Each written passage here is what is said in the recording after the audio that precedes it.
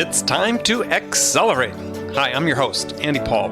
Join me as I host conversations with the leading experts in sales, marketing, sales automation, sales process, leadership, management, training, coaching, any resource that I believe to help you accelerate the growth of your sales, your business, and most importantly, you.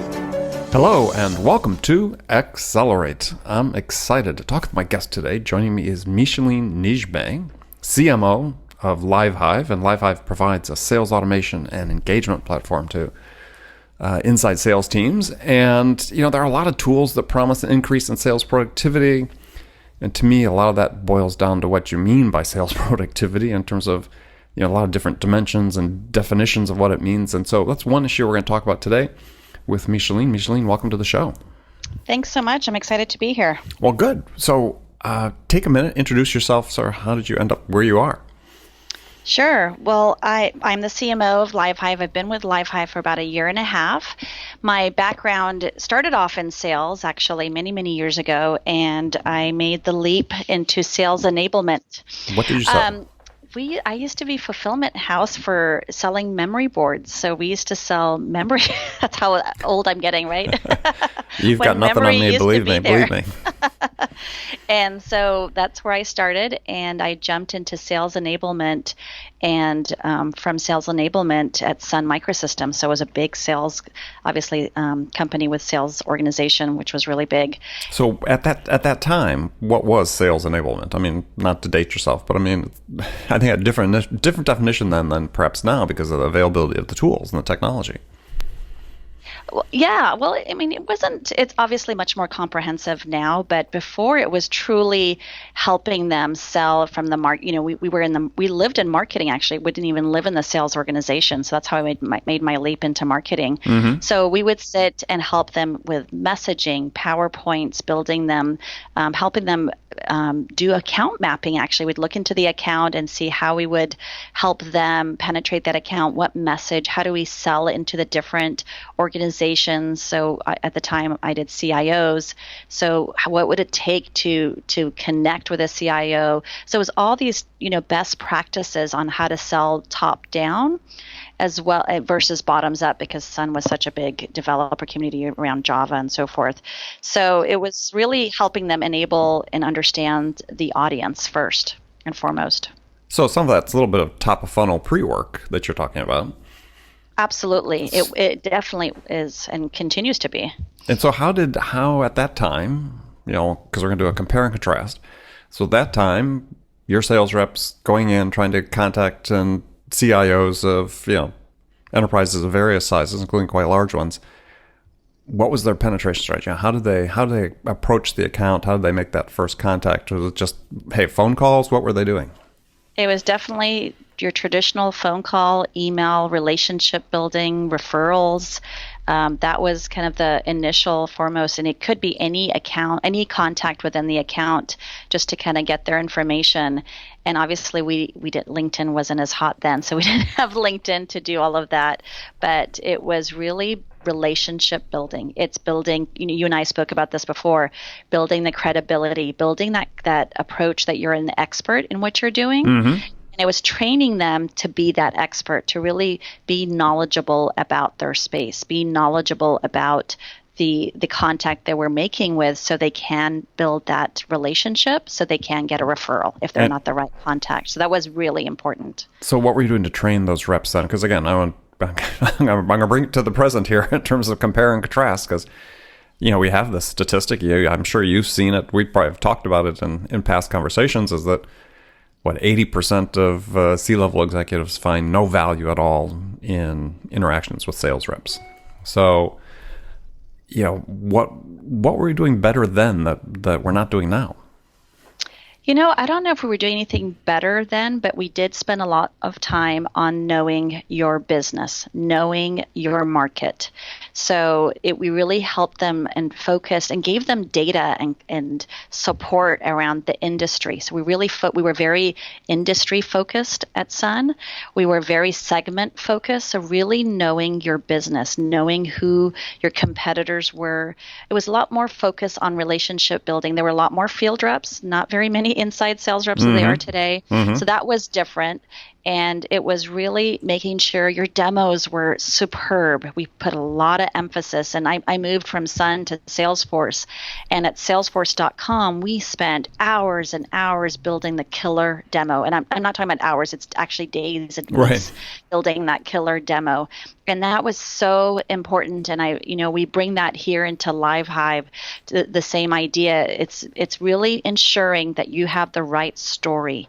You have that credibility. You're building that connection immediately and not just kind of spitting out, great, words to make them connect with you. It's really understanding their challenges. So we gave them a lot of data, a lot of content. We helped them build slides ahead of time, a library of slides. We helped them understand what their landscape was like. So product marketing played a big role in sales enablement then. They do today, but I think a bigger role at the time because they depended on them. They brought product marketing on deals because they were the experts. And that was also true at Salesforce. They played a big role there. So again, what seems though to be somewhat different or to be evolving to be different is that especially with the growth of inside sales and the sales development rep function, and with the pressure that's being put upon them to, for activity-based metrics, right? You gotta hit those numbers. What we hear is that that's just sort of slash and burn type selling, and there's not a lot of knowledge available at the SDR level that is really making that first impression with the prospect. Absolutely. I mean, what's different now is that sales organizations are hiring because of the pressure to make bigger numbers constantly, the competition out there. They are hiring, and there's value to hiring inside sales as well as field reps. I'm an advocate of having a really complete sales process and sales structure, but inside sales has become so popular and prevalent. But what does that mean? It means they're hiring because they need to hire more. There's, I think, a 46%. They're hiring more year over year, 46% more inside sales. That's growing than versus field reps. Therefore, they're hiring younger people. They're hiring maybe more just college graduates or less experience. So what that means is the sales managers are trying to get tools to help them onboard, to help make that connection, because the growth is so big. I mean, there's inside sales organizations in the hundreds in some companies. How do you manage that? How do you train them? How do you onboard them quickly? There's data that says that to have a rep productive at the level you want them to be, it takes 7 months, not three just to get them onboarded and ramped up, but to be at 100% productivity, it takes 7 months. So how do you shorten that? How do you make sure that they're getting the training and the coaching throughout the process? So they're buying tools. They're buying tools left and right. I joke when I go to events, I always ask sales leaders, how many tools do you have to help with your inside sales alone? No joke, 4 to 7 tools at a minimum. And a lot of them overlap. A lot of them are, a lot of them work. Don't get me wrong. There's tools that work. Obviously, they're all serving a purpose. But I feel there's a pressure that's breaking that process, that sales process. Now they have to manage all those tools. They have to make sure they're being used. They're spending money. They have to hire someone to maintain them. And what's worse for me is that you don't get that single pane of glass view of looking into your sales process and seeing how productive is your team. Are they actually realizing that there's a gap? Where is it breaking? So the difference is between now and then is that tools have just grown immensely, and it's just it's good, it's great because we're LiveHive, we love tools, but it's also creating a problem for what I see in the future, where it's kind of like a chaos, right? Everyone's just kind of buying different types of tools just because it's the hot thing. Well, and not only that, is, as you alluded to, is that tools are all the categories are beginning to merge with each other, right? I mean, once we're sort of unique, distinct functions, now everybody's like email tracking. I'll use that example. Everybody tracks emails, right? So if that was your business at one point, you've now got a dozen competitors in your space. And so obviously some of those people they're pushing out and trying to be more than what they were before. And I think, it's creating a lot of confusion and chaos for potential buyers, because you said they may invest in 4 to 7 tools and there's maybe overlap, some degree of overlap on all of them. Exactly. And it's also, at the end, it's not going to help because they buy these point solutions quickly, and then next year they're going to look at new ones and say, okay, which one's the hot ones? Let me clean house. It's not sticky enough. And the difference I find, the value is around the analytics. It's the reps may find it valuable, and you see all these reps buying different types of tools, and that's why you see 4 to 6 tools at least. This is minimum, just in some companies. Because the reps are buying them themselves. The reps are buying them. They're so easy to buy online. They're inexpensive, but then the manager's losing that visibility. And is it really making the team productive? Because it takes a team to really, make your numbers. It's not just one sales rep. And they need to ensure that the whole team is consistent in the way they're putting together the process and implementing the process, and they're losing that visibility because all these reps are buying different tools that they like. Right. So if you had to prioritize, if it was your company and you had to prioritize, and you've got a greenfield, right? And what you're focused on, sales productivity and so on. What do you prioritize? What's the first tool that you would buy? So the first, I look at it as a 3-legged stool. I need my CRM, right? You have to have your CRM in my view. And should that come first? Especially when you're growing. I think there's a few that come first. I don't think you just buy one and then you buy another one later. So you buy a tool that helps you track your deals, right? Your pipeline. And you need marketing automation. So if I was a sales leader entering a company looking for a job, I want to make sure this company has a marketing automation, right, to help fill the funnel. And I call this a 3-legged stool, and I need a sales acceleration tool. So marketing automation helps fill the top of the funnel. CRM is at the bottom of the funnel, but it's very sales rep centric, right? They wait for the sales rep to put in the data. And in the middle, the third leg of the stool, I call sales acceleration. So there's many tools that help you with your prospecting, your qualification, your closing. So there's tools that help the middle of the funnel, and I would look for a tool, and of course I want a tool that does it all. So as a manager, if I can, I'm laughing just because it's like, gosh, even within that middle of the funnel in the sales acceleration, there's lots of segmentation there. Right, but if you look at there are tools that touch a few parts of that middle of the funnel, right? And you look at what integrates with my CRM and marketing automation. You look at that, and you look at what do I need for the future. What happens is people are buying tools for today because I need to work my prospecting. I need to improve. Let me go buy a tool that helps with lead lists, right? Getting lists and then funneling through. And I need a tool that helps me nurture those leads. And then I need a tool that helps me close. But there are tools out there that do most of that, not all of it. So you need to be very smart and thoughtful in terms of your future. Right? And then look at the analytics. Is it giving you that single view? Make sure they do, because when you grow, as you grow, you're going to lose that view over time. So it's so important to really ensure that you have that insight. And there are tools out there that do a lot of it. They don't do all of it, but they do a lot of it. And they do work together in some instances. So do your homework, do some shopping. And I always go back to kind of the litmus test. Is this going to help me when my team grows 3 times? Is it going to still help me realize when my pipeline is not where it needs to be, when you're down, ready to close deals? If I'm going to say, oh my gosh, we're low on our pipeline, let's make sure our pipeline's filled. That's too late in my view. You should know that something's broken earlier in the funnel. And what's happening today is they look at Salesforce or Microsoft Dynamics, whatever CRM they use, and they realize, oh, I don't have enough in stage 5. How do we fill the pipeline? That's too late. You need to realize that earlier. And these sales acceleration tools allow you to do that.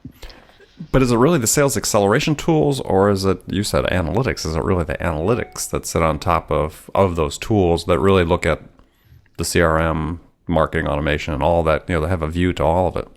Right. Well, so to me, let's, I don't want to bring up LiveHive, but we're where going we to. work, yeah. Feel free to bring up LiveHive. But I'll bring it up right now. So LiveHive does buyer side analytics.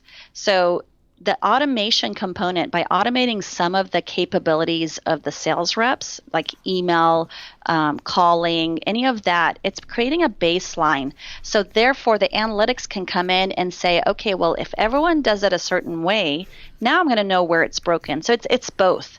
Analytics alone, if someone has to put in the data, it's not going to work. Right. So automation, where it's automatically tracked by the behavior of the rep, by the behavior of the prospect with the rep, then you can get the analytics. So it's not just analytics alone. I think it's automation combined with analytics.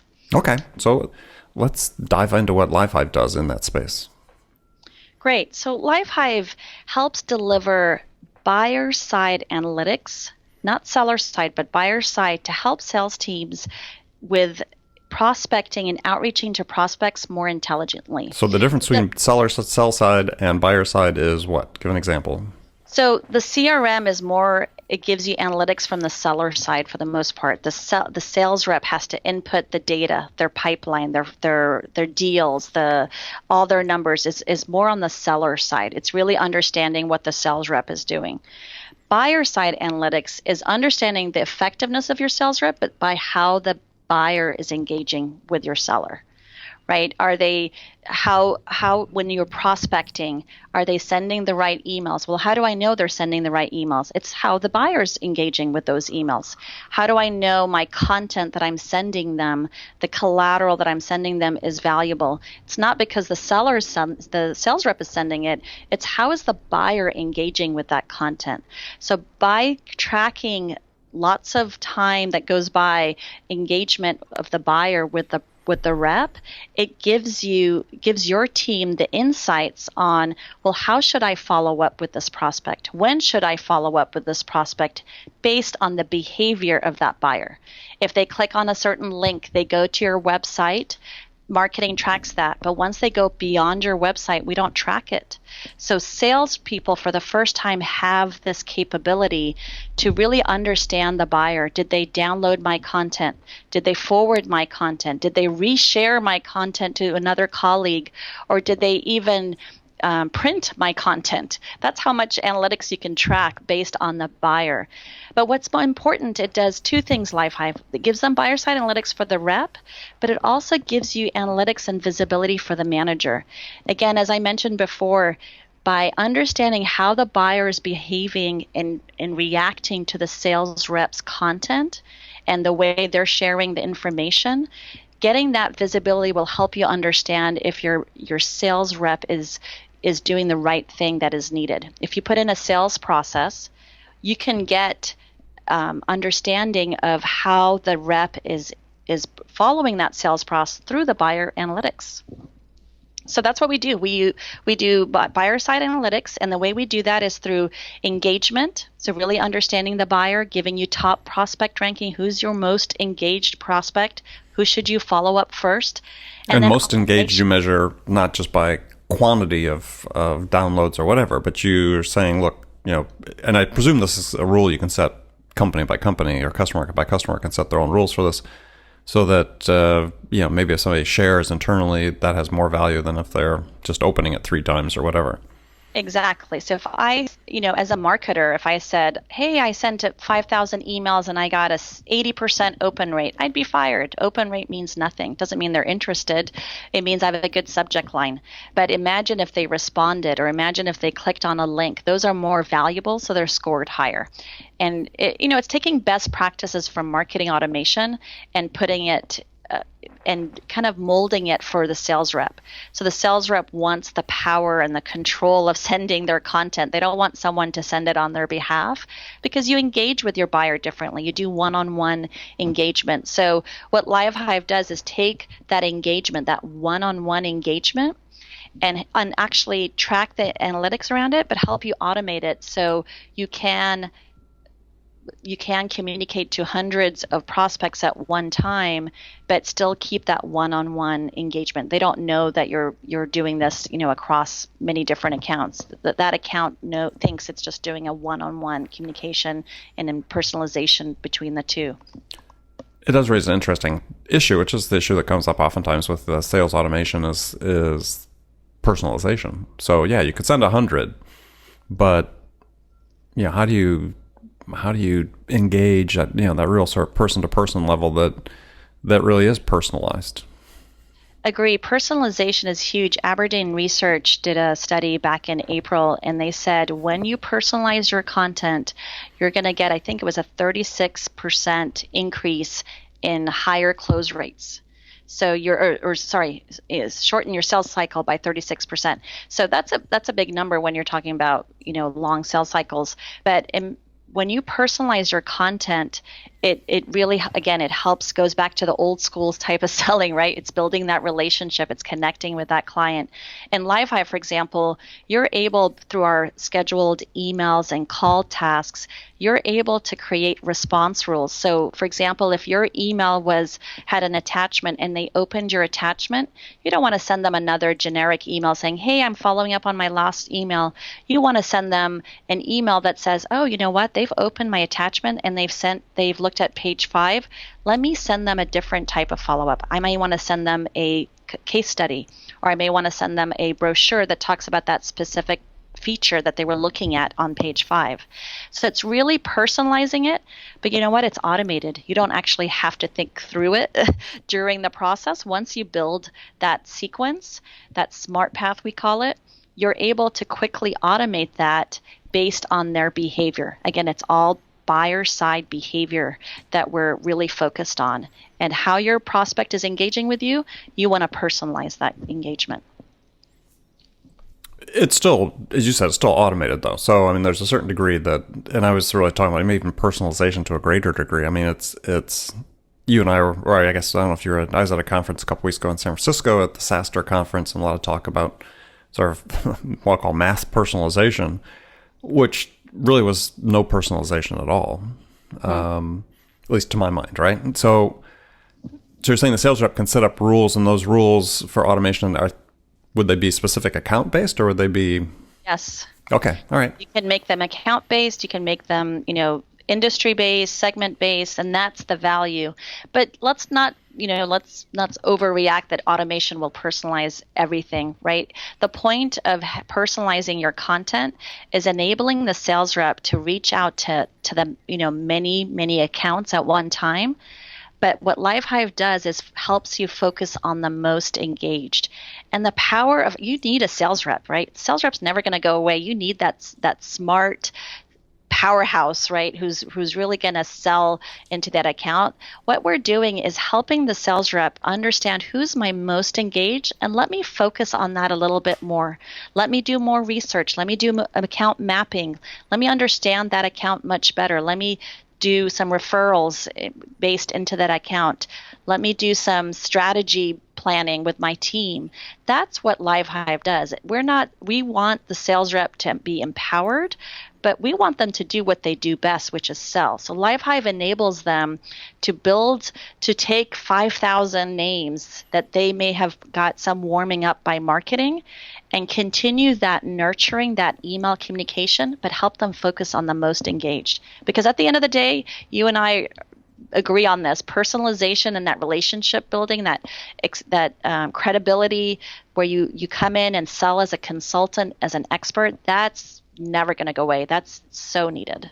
And LiveHive is used then by, if you are in a sales force, that you've got your inside sales, your SDRs, and you've got either field reps or inside account execs, it's used by the whole spectrum of your sales team, not just the sales development reps. Exactly. We were created as a content engagement platform. That was what we were built as. So we actually targeted ourselves at the AEs initially. That because we were all about content sharing, brochure, PowerPoints, proposals, pricing sheets, and understanding what's happening with that. And then we went to the top of the funnel with our automation. So we touch from prospecting to closing and all the reps that fall into that. Yeah, and I think if I were a rep these days. And I probably say this once a week when I interview people with new exciting tools. Oh my gosh, if I had this this when I was in the early stages of my career, wow. I mean, there's just so much you could do with it. I mean, there's, as you said, just the intelligence you derive alone from the buyer side analytics about not just the engagement. Hey, did they open a document? Yeah, everybody sort of can do that to some degree, but yeah, did they reshare? Did they dwell on a certain page? I mean, it just gives you so much data that if you're a rep or if you're a manager working with a rep that when is coaching somebody, I just say, wow, it's why wouldn't you jump on this? It is powerful, and it's great for sales managers who don't have the time to coach. So imagine getting analytics on, well, gosh, what message did they send, or how many messages are they sending, or how many, it's a multi-touch strategy. That's, everyone knows that to get the best connect rate, you have to hit a prospect at least 6 times. So imagine understanding, well, for each company, you have a different touch strategy, multi-touch strategy. What is that? When does it take? How many emails and calls does it take to get a response? So helping the manager see that insight, seeing the analytics behind that can help coach their team.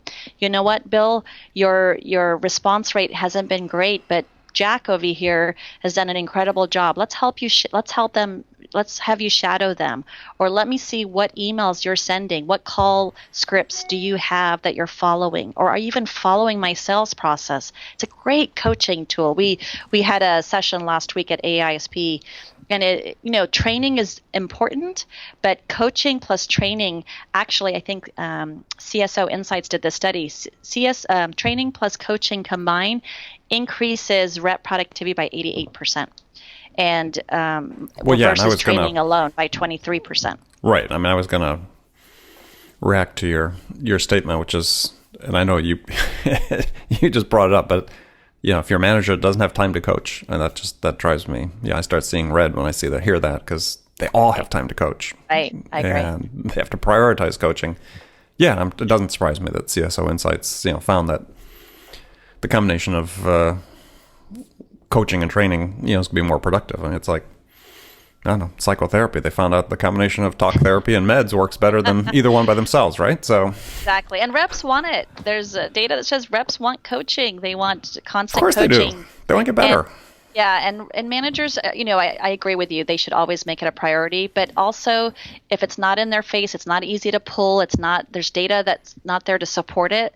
It's going to get lost or forgotten, or it's just going to go low on the priority list. So having a tool that helps you with the data right in front of your face, and you don't have to be a data scientist to pull the report, it makes it so much easier. So well, yeah, really and I think that I was sort of thinking a little bit differently when you were talking about. You can see the individual responses, and you're saying, for a company, maybe they took longer to engage or something. So yeah, somebody may shadow somebody else and say, yeah, let's learn better practices. But also, the overlooked part these days, I think, and I try to counsel companies against this, is that not all customers are the same. So maybe it took, twice as many touches to get in contact with a particular buyer at a particular company. That may be their style. Exactly. And so you have that information. Instead of saying, well, John, you're really doing a really poor job of connecting because it took you twice as long. It's like, no, it just takes twice as long with that customer. And they're a qualified prospect, but we just need to be mindful of that then as we put them into our funnel. They're going to take longer to close. Exactly. Absolutely. And that's what it does. It gives you an understanding of why a deal was won or lost. Because as CRM plus marketing automation plus sales acceleration, the 3 together really gives you a holistic understanding of how to build a repeatable process, right? How many leads did I give? How many MQLs did I send to sales? Well, what did they do with that? How many touches did they make? How many calls did they make? How many demos did they set up? In what industry? In what segment? And then how did the deal close? How long did it take? So you get that really single pane of glass view. Mm-hmm. No, very good. All right. Well, good. Well, we're going to move on to the next segment of the show where I've got some standard questions that I pose to all my guests. And I'm sure you've listened to lots of episodes, so you're aware of exactly what these are. So, So here's the first one. Hypothetical scenario. You've just been hired as a new sales leader at a company whose sales have stalled out. They're just stuck. They need to get unstuck in a hurry. what 2 things would you do your first week on the job that could have the biggest impact? I would research, talk to folks to understand what happened, and I would go out and speak and get feedback from them on why they think it happened and why they're getting stuck and how do we get unstuck, and then make a proposal after that. But first, do your research. Okay. All right. So now I've got some rapid fire questions for you. Okay. So, and I can ask you these since you spent time in sales, so you're fair game. So Okay. when you're selling, what's your most powerful sales asset? My internet research. Research the customer. What a unique idea. You know what? It's similar to marketing, and I've learned that it's really understand your customer, really understand the audience, really understand their challenges, understand if it's a specific account, understand their pains, their industry. So it's research. I don't even reach out to them or anything before I know who they are, what they want, and really doing that research. Okay, I'm going to digress for a second. So how do we reconcile this? Because everybody knows that's best practice, but very few people actually do it. Now I'm gonna use myself as a sample size of 1, but I went to this conference 2 weeks ago in San Francisco. I was talking about state of the art for software as a service sales, SaaS sales. And, since then I've been receiving emails from companies that scan my badge at booths. And I always let them scan my badge because I want to see what happens. And I've been approached by slightly under a dozen companies that really should know better. Because there's no way I'm a prospect for their product or service. And clearly the SDR hasn't looked at my LinkedIn profile, hasn't looked at my website, take all of 30 seconds. Why is this so persistent? We're giving all these tools like LiveHive, but it seems like they have a hard time just getting over that first hurdle so they could even use LiveHive productively. So we recommend to our clients that before you put anything through a smart path or our call and email scheduling, is that you pull your list correctly. You understand who you're going after, and you segment. You segment the list. Don't just do one generic email sequencing to all your lists. Just because you went to an event doesn't mean that they all get the same email. So again, it's research. It goes back to training and coaching. A sales manager needs to influence their reps in that way. It's so important to really, and there's ways to help them. Marketing can help them if they don't have time, and if they don't have a marketing team, their sales manager needs to help them, or at least train them and coach them to do that. It's really looking at your list. Have your competitive list. I get competitor emails all the time trying to sell me, not just to market to me. They're actually selling to me. And I go with the flow sometimes. I joke around. I say, sure, I want a demo, but then I tell them up front that who I am. But I do that because it's just, I see that happen a lot. I can't stress any more than breaking down your list and understanding who is in that list. And data, there's so many tools out there that help you do that. I can run a report and see what segment they're in, if they're a competitor, what company size, all of that. Yeah. And then do something. Go ahead and do your follow-up. And tools allow you to do that. You can segment and send a bunch of emails, a group of emails by segment, by category, by market. So there's no excuse, to be honest, but it needs to, like I said, you could only go far with automation. You still need to put that intelligence up front and that homework. Yeah, I mean, I keep threatening I'm either going to start a wall of shame or a hall of fame for SDRs that reach out to me. I haven't decided which one to go negative or go positive. We're going to start naming names. It's like, Yeah. I mean, sometimes some do slip through the crack. That's okay. And these are big name companies in the space that you have to assume that if this is happening to me, that it's what's happening across their entire company. So, yeah. And the bigger you are, the harder it is to track. So I see that happening more and more. Okay. So off my soapbox for a second. So back to you. Who's your sales role model?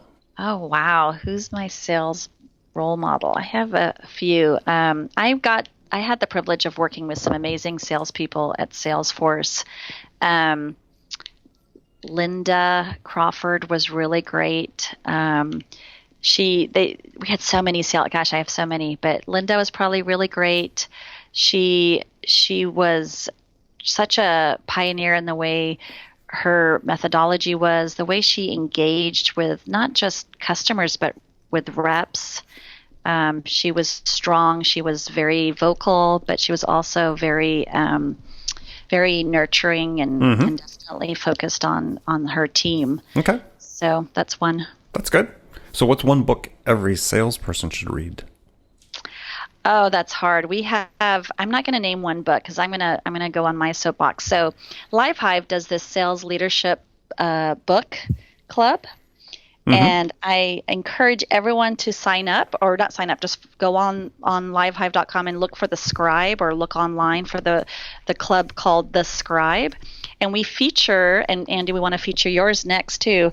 We feature different books, and I'd hate to pick one because I'm working with all these folks, so I don't want to name one out. Okay. But there's several that have some amazing books, and we're just starting to build that out.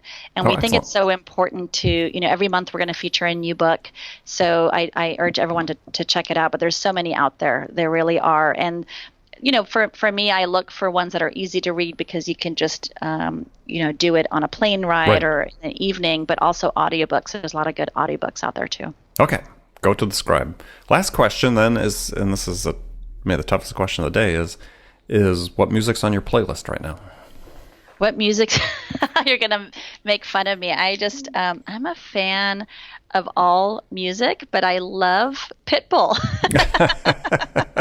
That's fine. That's fine. There's no judgment here. So I love all music. I love, from rock bands to pop.